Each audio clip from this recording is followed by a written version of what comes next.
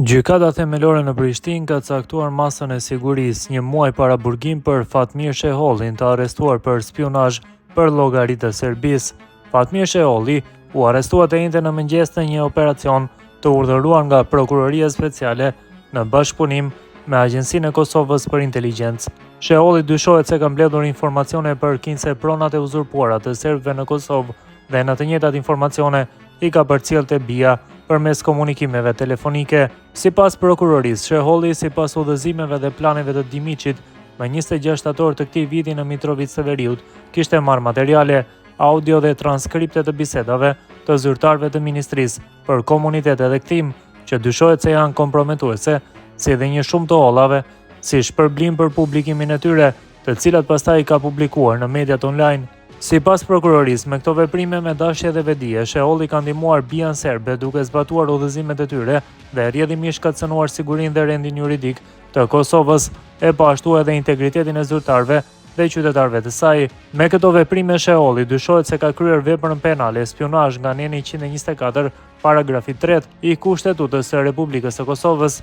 Ndërsa sipas prokurorisë, gjatë mbastisjeve të policisë së Kosovës më 9 tetor 2025, në banesën e Shehollit janë sekuestruar një numër i pajisjeve elektronike, dokumentacion dhe sende të tjera të cilat do të dërgohen në ekzaminim.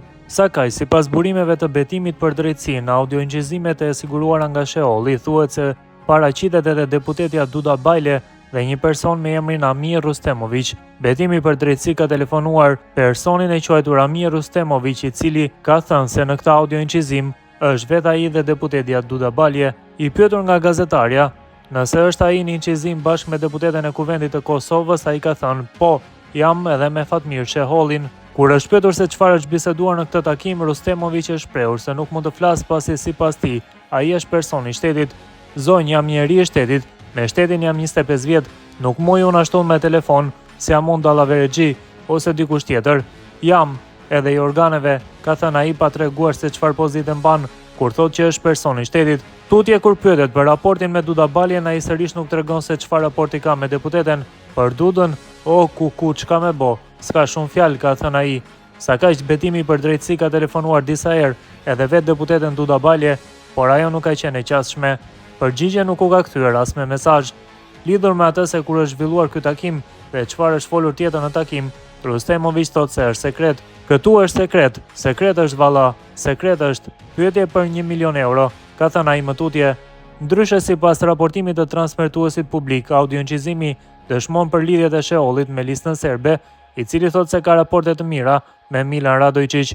Kam përkrahje jashtëzakonisht të madhe nga lista serbe në gjithçka, është mjaft e çuditshme në opinionin, por nga ana tjetër, unë po hapem këtu me ju që të dilni me kënd, dëgjohet duke thënë Sheholli. Bravo ju qoftë, bravo, thot në anën tjetër bashkëbiseduesi i të arrestuarit për spionazh. Ndërkohë vetë Sheholli shton më tutje, miku im i madh është Milan Radojčić, miku im më i madh dhe miku i tyre është. Kjo që po ndodh që po flasim për të marrë me rezervë, mos fol për ta ashtu siç ke folur deri tani.